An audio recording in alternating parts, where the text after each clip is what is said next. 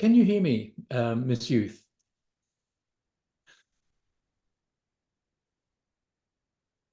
I can hear you. Can you hear me? Yes, very, very clearly. Thank you. Let me get my video on just one sec. Very good. It's this is Jeff here, Jeff Wiseman, and I'm very, very pleased to meet you. Hello. Hi, nice to meet you as well. And welcome. So are you in a position to start in a couple of minutes if I start introducing you? I am. Very good. All right. Well, Manda, are you able to start the session? We're already started. Okay. Very good. Well, welcome everybody. Welcome back. This is Jeff Wiseman again, and I just want to make a very quick organizational note that for those people in the online audience, that you are encouraged to submit your questions to our speaker through the Q&A portal found at the bottom, and I will read those questions to our speaker so that she doesn't have to worry about going into chat, and we will take things from there. But let me just say what a great pleasure it is to introduce our keynote speaker today.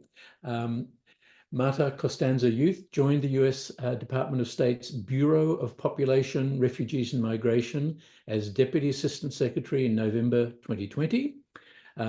Marta, if I may, assumed the role of Principal Deputy Assistant Secretary in April 2022 and has responsibility for overseeing the Office of the Executive Director, the Office of International Migration, and the Office of Assistance for the Western Hemisphere.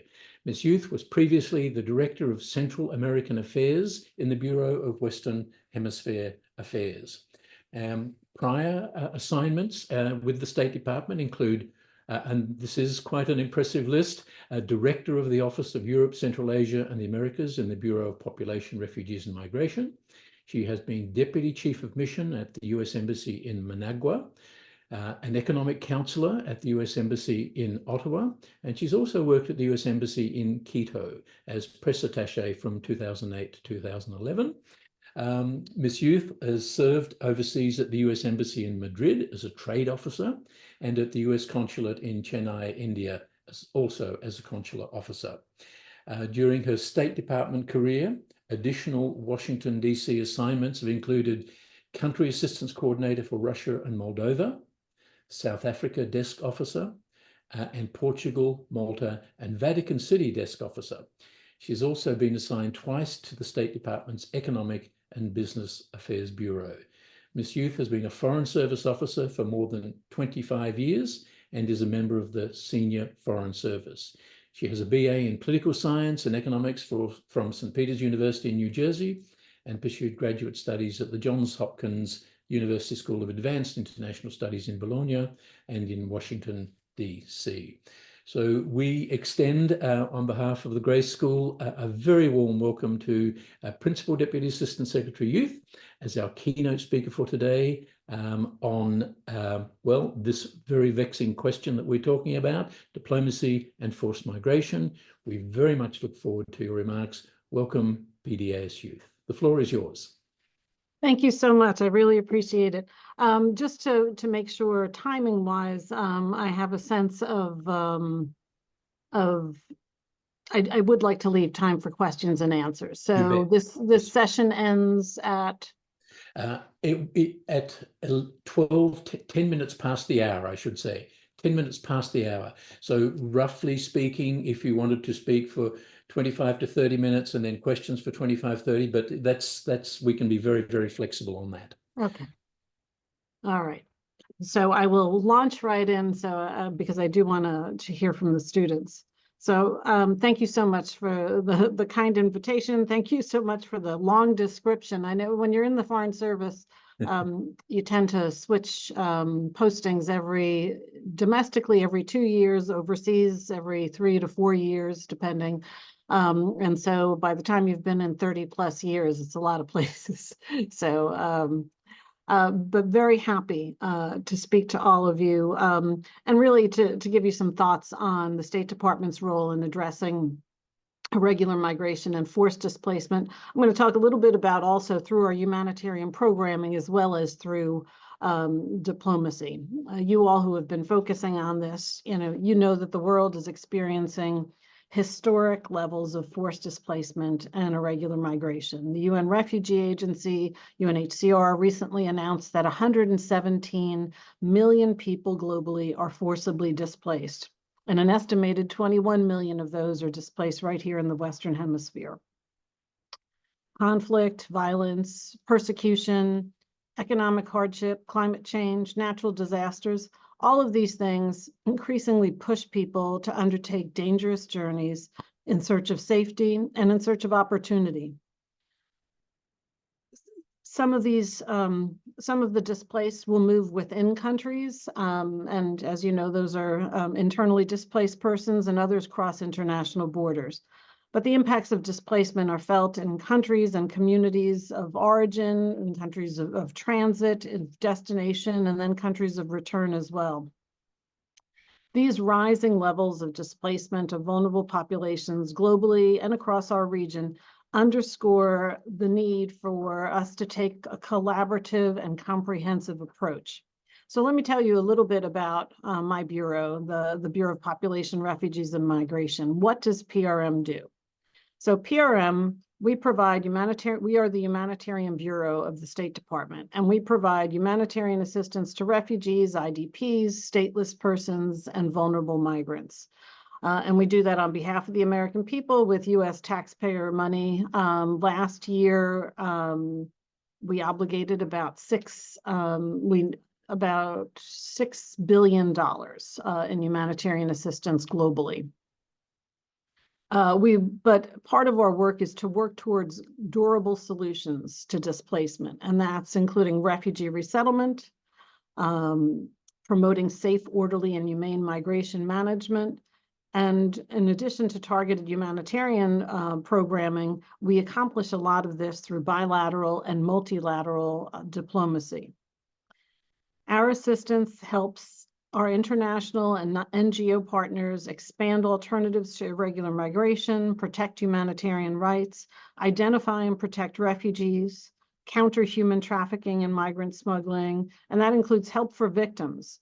And we also promote fair labor practices for migrant workers. There's also, throughout the world, there are a bunch of different kinds of regional consultative processes so that we can kind of help foster regional cooperation on border management and data sharing and refugee protection and countering human trafficking and smuggling. So we fund a lot of those regional consultative processes to make sure that those discussions and that communication amongst countries within regions are happening. So today, I'm going to kind of organize this in a couple buckets. The first thing I want to do is to discuss what it means to provide a humanitarian response to a conflict or a disaster that provides protection to refugees. And then I'm going to dive into the topic of migration management and diplomacy in the Western Hemisphere as a case study. The Western Hemisphere is described by Dr. Wiseman. Essentially, since 2017, since I began working in Ecuador, I kind of entered the realm of working on the Western Hemisphere, and I've never quite been able to extricate myself. And so the Western Hem is really the region I know best. And so I'll give a little case study on the policy tools that we are using there to address displacement and kind of foster safe, orderly, humane, and regular migration in that region. And at the end, I'm going to close with some key policy issues that go hand in hand with irregular migration and forced displacement, such as climate change and labor protections. So first off, the United States is by far the world's largest humanitarian donor. We've provided since 2021, the beginning of this administration alone, $54 billion in humanitarian assistance. And this funding supports critical and life-saving humanitarian assistance to those impacted by crises. That's and so those are displaced people, but that's also host communities. the displaced people, it's refugees, conflict victims, stateless persons, IDPs, and vulnerable migrants who are trying to rebuild their lives after a devastating crisis. Building self-reliance and sustainability is a key aspect of humanitarian assistance, and that's why the U.S. government has invested in global health and security protection, in strengthening refugee self-reliance, and resilience to climate change, and in spurring sustainable livelihoods.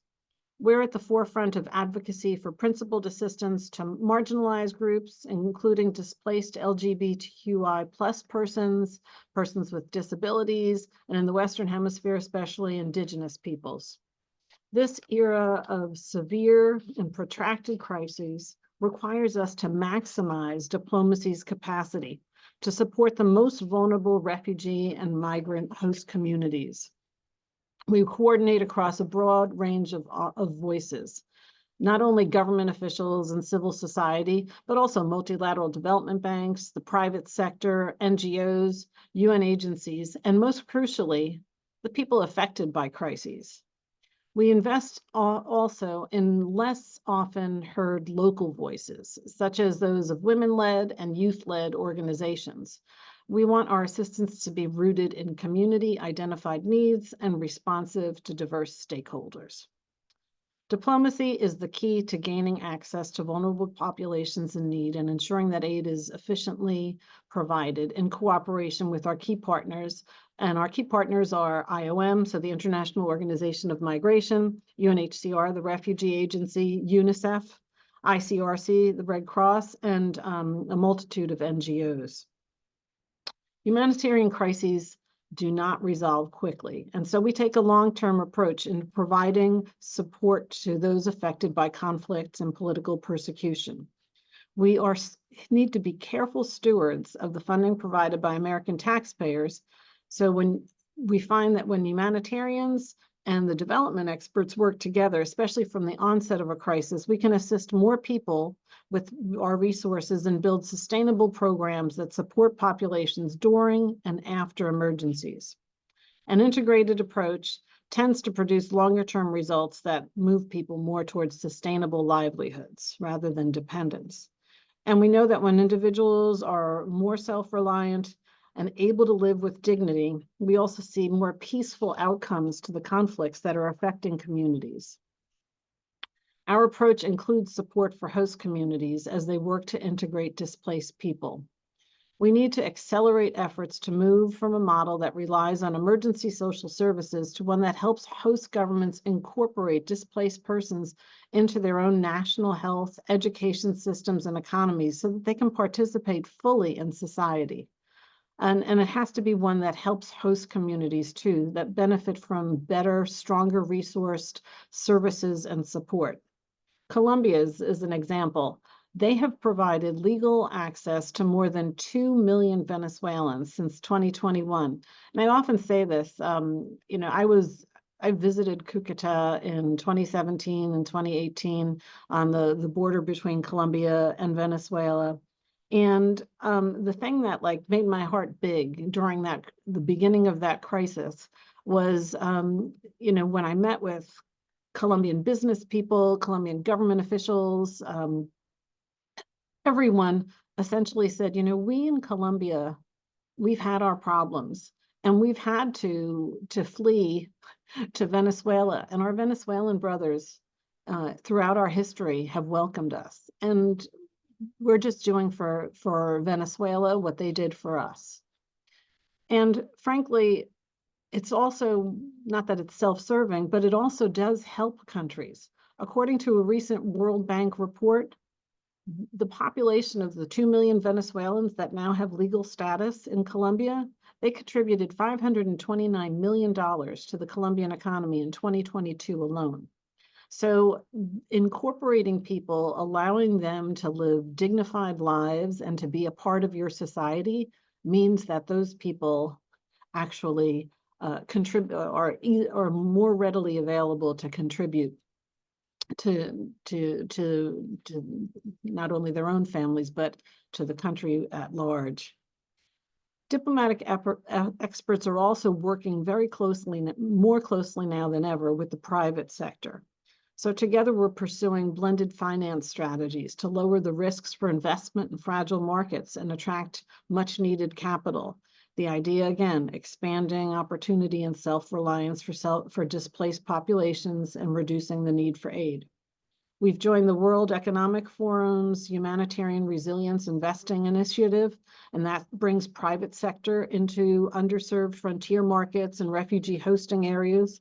Last year, USAID announced a program where the United States and corporate partners match and jointly coordinate investments to advance development goals. The private sector is also helping us engaging on innovative technologies like AI-powered predictive capabilities that forecast where people will displace after natural disasters. They help identify host communities where refugees are most likely to succeed. As humanitarian organizations are increasingly responding to disasters related to climate change, donor governments and international organizations and NGOs are reviewing the ways in which we provide humanitarian assistance. So France and the EU launched this initiative. It's called the Humanitarian Aid Donors Declaration on Climate and Environment. And this is a declaration that clarifies how international organizations and others provide aid in a way that's environmentally friendly and minimizes carbon footprint. And, you know, like anyone who has visited, I don't know, a refugee camp and seen like styrofoam clamshell district or like those kind of things, all of this, you know, and the way we move humanitarian goods and so forth, all of this is now being looked at in terms of how do we reduce the carbon footprint? How do we do this in a way that takes the environment into account? So just today's in October, so on September 24th, so a week and a half ago, I joined our Assistant Secretary in New York at the General Assembly, and we signed on and became the newest member of that donor declaration. And so we're really working towards providing humanitarian assistance in a way that is sustainable.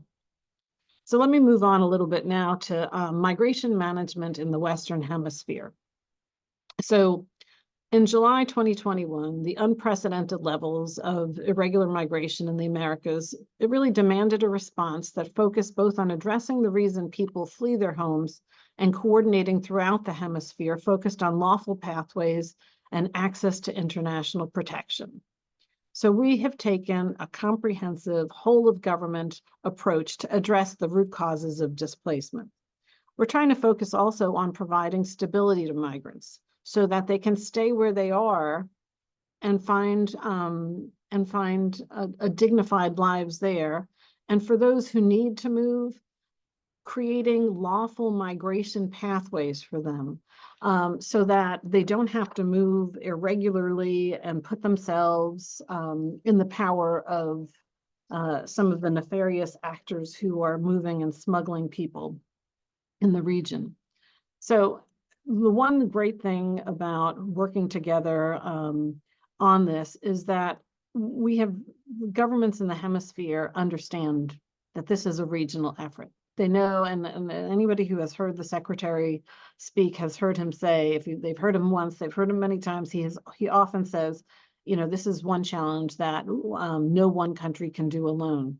And so we need partnerships from a range of stakeholders, and it has to be civil society, our international organization and multilateral development banks, the private sector, but it has to be also our partner countries in the region.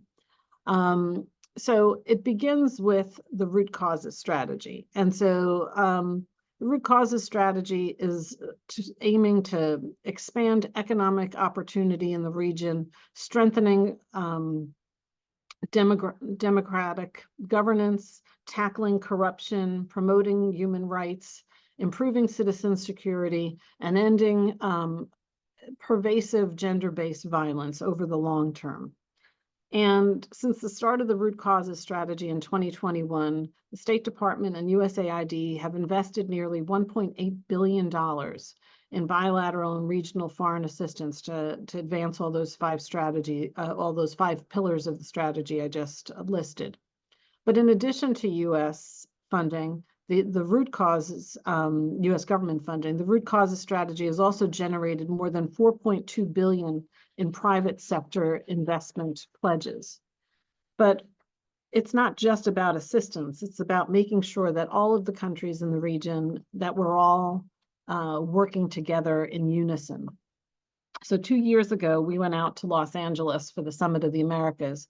And while there, President Biden brought together key countries in the Western Hemisphere to endorse the Los Angeles Declaration on Migration and Protection. We call it I'll just refer to it as the Declaration. And so the Declaration, what it does, it aligns all of the endorsing countries around a common understanding of the regional migration situation. And then we have shared commitments to provide stability and assistance for people who are seeking protection in our countries, to bolster lawful migration pathways so that somebody who is in search of a job doesn't have to kind of enter other countries irregularly, but can actually find a legal pathway for labor. Or we also talk about protection pathways as well, and I can get to that later. Humane migration management. And by that, it means, yes, enforcing our borders, but doing so in a humane and dignified way. So we are now working with these 22 countries in the region, and we have been for these 2 years. We meet regularly in working groups, which are called action package committees, which is a strange nomenclature. But we also meet at higher levels. And so just while we were up at the UN General Assembly in late September, Secretary Blinken hosted what was then the fourth ministerial meeting of the Declaration. And it brought together the endorsing countries and really everybody updated on what they were doing, especially in view of the situation in Venezuela, in view of continued movement of irregular migration in the region, which has actually reduced substantially, but is still a concern. During the meeting, Secretary Blinken announced $686 million in new humanitarian, development, economic, and security assistance. And with this announcement, the United States has now committed more than $1.2 billion in foreign assistance under the Declaration framework alone. And while we are working hard on the diplomatic aspects of it, I think bringing our funding to this, bringing the international community to this, also kind of reflects our unwavering commitment to collaboratively addressing this very hemispheric challenge. We're not the only country that makes commitments, though. Other countries have similarly pledged, implemented programs, and are really doing the work of integrating refugees and migrants. I often say that our assistance in the region, I mean, we helped Colombia with technical support and computers and card stock and all of that so that they could give cedulas, I'm trying to think of what that is, identification documents in English, to Venezuelans who they're giving temporary protective status to. But so that's an investment of assistance, but we're complementing the efforts of these countries. The hard work that they are doing, the lift, is then incorporating those 2 million people into their country, giving them access to health and services and education and so forth.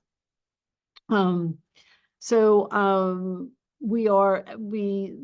that's the Los Angeles Declaration. The diplomatic approach helps all of these populations of concern, though, in terms of making sure that countries in the region feel supported. And so a lot of the work we do is really to promote protection and stability for refugees and vulnerable migrants and their host communities. I was recently in Peru. And I was at I went up to Tumbes and with a city close to the border with Ecuador, looking at our programs there that help provide life-saving assistance. And so some of the life-saving assistance is like shelter and potable water, access to emergency health care, and again, supporting governments so they can stabilize people where they are. And as a result of our programming, many countries in the hemisphere now have their own national whole of government migration policies. And part of this is we have a $16 million Western Hemisphere regional migration program, which is implemented by the International Organization for Migration. And they help countries in the region develop these migration systems and laws and policies and practices to manage migration humanely. And so migration and law enforcement authorities have received critical training and protection principles. And, and now in the region, they're conducting their own train the trainer sessions. There's bilateral circular migration programs. In the past, in many countries, people kind of irregularly move between countries for pendular or circular migration programs, harvests and so forth. But now these programs give migrants access to regular status and legal identity and the protections as migrant workers. We're also making sure that migrants, especially in this time that we are so impacted by climate change, that migrants are integrated into emergency planning, which is really key, that they are not forgotten during an emergency. And one of the key things that we also work on is communication. A lot of people in the region, go to the person that they think is the person who is most knowledgeable about migration, and that usually turns out to be somebody who's a smuggler. So instead, we're trying to make sure that people have actual, honest, credible information. And so we're working on migrant-led communications campaigns that raise awareness of the dangers of irregular migration, but also promote the regular pathways that we have built.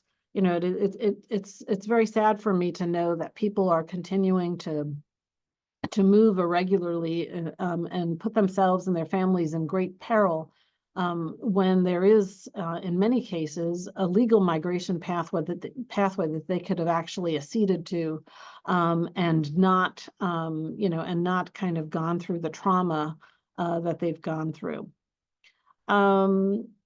So one other thing I wanted to mention in the Western Hemisphere is the Safe Mobility Initiative. As part of our holistic approach to promote safe, orderly, and humane migration management, we have created this Safe Mobility Initiative that has provided tens of thousands of refugees and migrants with access to free, reliable, trustworthy information about lawful pathways to counter the disinformation and the exploitation that I've just been describing by criminal organizations. And through this program, we also screen people for international protection needs, and we try to find people who are in the migratory route and see and suss out those who are in need of international protection and might qualify for our own U.S. refugee admissions program.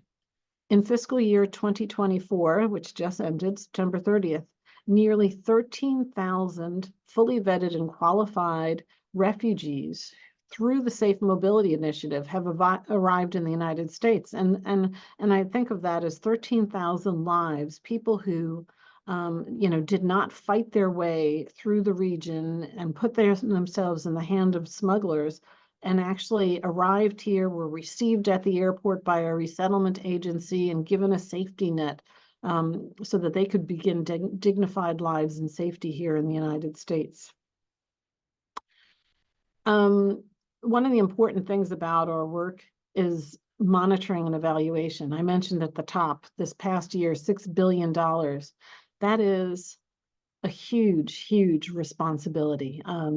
This is taxpayer money. This is a lot of money. It is doing important work. I think the American public, those who are informed of it are proud of it, and those who aren't would be proud to know what what their taxpayer dollars have done, the lives they have saved, the lives they have changed. But we have to be super careful. Monitoring and evaluation is so important as part of the oversight of this money. So we have officers that are based in embassies throughout the world, and we have program officers here in Washington, D.C., that conduct site visits. They meet with governments and program constituents. They talk to people in the middle of the crisis, just like I was up in Tumbes and then in Lima, met with people who were benefiting from our programs, members of the affected population. And we bring those voices and those needs and those insights into our diplomatic and programmatic work. So examples of field work in the region. Our coordinators in Mexico go twice a month throughout the country looking at programs. We've got a RefCord team, a small RefCord team in Ecuador. In 1 year, they carried out 33 trips to 8 different countries in South America. They might, like on a trip to Brazil, I was just talking to one of them. They went to, they met with partners and local officials. They traveled to 5 different cities and conducted site visits and really traveled all over the country and met with so many of the people who were impacted by our programs. So this comprehensive approach and this oversight is really part of our commitment to making sure that we are effectively and sustainably promoting safe, orderly, and humane migration in the Western Hemisphere. And while we encourage countries of first refuge to integrate, we're also making sure that those who cannot stay in the region also have a pathway to protection in the United States. Now I'm looking at the clock. I was wondering if I might get to everything. So I'm going to touch on climate change, on migration and displacement, and then maybe see where we are. Maybe we might skip labor rights, and if anyone has questions on it, maybe we'll touch on it. And climate change is, when I started in PRM in 2017, we didn't even have any staff members that were focusing on climate change and migration. Now we have a climate change and migration unit. We've attended COP the past couple of years, and we've been really focused because it is a cross-cutting issue. And it's clear that one of the things that contributes to displacement and human mobility is climate change. It exacerbates social, economic, environmental vulnerabilities. It can undermine food, water, economic security. And there's secondary effects it's a secondary effect that can spur displacement. It threatens livelihoods of entire communities. And in some cases, we're seeing it's weakening governments and resulting in political instability and conflict. Over the past decade, more than 1.7 billion people have been affected by climate-related disasters. You don't have to look very far, just here recently in the United States, what is going on in the Carolinas. But small island nations really are facing existential crisis as the sea levels are rising, and water stress could displace 700 million people in Africa by 2030. And this is according to the World Meteorological Organization. So beyond conflict, violence, persecution, and economic hardship, now we also have climate change and natural disasters that are increasingly pushing people to undertake dangerous journeys. And so we really take seriously our commitment to responding to the climate crisis, and we're expanding efforts that focus on 4 different objectives. Protection is the first one. So we're working to strengthen and expand international protection in situations of vulnerability for people who are affected by climate change. Partnerships, we're enhancing existing climate action by key humanitarian partners. Multilateral engagement. We've expanded multilateral diplomacy and leadership to address the impacts of climate change on migration and displacement in international fora. I will say that at the UN General Assembly last week, I cannot probably count on two hands the number of side events and meetings and so forth that I or staff members attended, addressing various pieces of the climate change and migration and displacement issue. And coordination, increasing coordination between migration, humanitarian, development, environmental, other technical agencies to make sure that our policy and programming is really in line. We work hard to make sure that our humanitarian and development assistance prevents, mitigates, and enhances resilience to any kind of either man-made or natural disaster that contributes to displacement and irregular migration. And so I'll just give like a couple examples. Won't focus this time in the Western Hemisphere. Let's move to Africa. And so we have supported our partners in responding to recurring cyclones and tropical storms in Mozambique. UNHCR in Mozambique developed climate-resistant housing for refugees and IDPs. And they use locally sourced construction materials. They trained and enabled communities to replicate the building process so that they could carry out repairs and so that this is a sustainable shelter solution. In Mauritania, our partners lined animal watering holes to help retain surface water. This wasn't kind of the normal SOP. And this really extends the time that they can provide water to thousands of livestock owned by refugees and host communities. In Uganda and Tanzania, our partners planted thousands of trees to mitigate the impact on refugees and host communities, cutting down trees for essential shelter and fuel. We're supporting our partners to supply solar lighting for refugee camps in Bangladesh.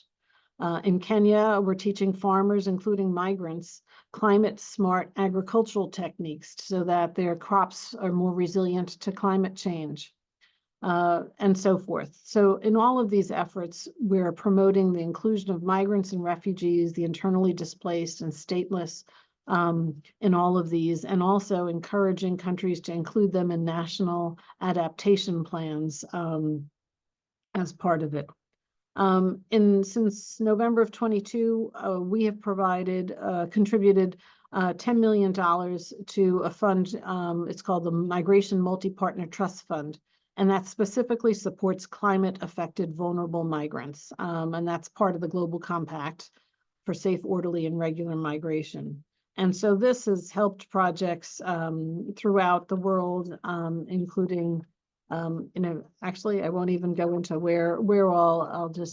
I'm trying to save time so we can actually just get to questions and answers too. But just to kind of wrap up on climate action, just in general, our work in PRM just aligns with the U.S. government's overall approach to climate change. The president has the emergency plan for adaptation and resilience called PREPARE, and there's an action plan that builds and bolsters included international efforts and commitments that advance climate resilience. So the three dimensions of PREPARE are climate information services, such as early warning systems, building adaptation into policies, programs, and budgets, and climate financing to tackle the climate crisis. And so we work together with our colleagues at USAID to ensure that allow people to move or stay in place with dignity, depending on the local context, needs, capacities, and constraints. I can answer questions on labor migration as well, but I think I'm just going to move towards the conclusion just so that we have time for Q's and A's. So tackling the challenge of irregular migration and forced displacement in this age of conflict and climate shocks is monumental. And diplomacy is the key tool that we rely on to inspire action, to coordinate amongst multiple stakeholders, and to implement assistance and programming that results in concrete outcomes. Without diplomacy, it's just an incredibly complicated field. It's part encouragement. Sometimes it's shaming countries or government officials, but a lot of times it is. It's just discussion and education. And in my recent trip to Peru, for example, after I went to Tumbes and to the Ecuadorian border, I returned to Lima and met with government officials. And I shared with them some of what I heard. I told them some of the stories from some of the people who had benefited from our programs.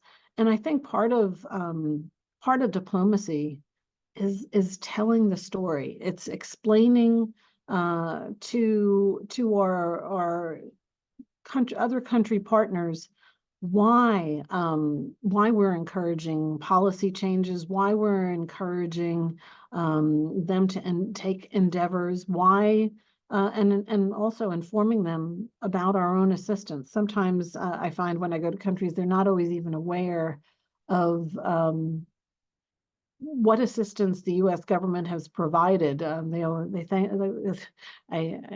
sometimes they'll say, well, UNHCR provided this or IOM provided this. And I'll say, well, the US government in the Western Hemisphere, at least, is about 80% of those organizations' budgets. So so this is from the US taxpayer. And so, and I think that knowing that the international community is there, knowing that the US government is there and and through funding from US taxpayers, I think this gives us leverage and really helps us protect migrants and displaced persons and really help manage regional migration. So I'm happy to take questions and appreciate your attention. Thank you so much, Marta. Again, if I may use your first name, we are an informal lot at DePaul and at the Grace School. That was really extraordinary tour de force about what the United States does globally in terms of refugee migration and so on.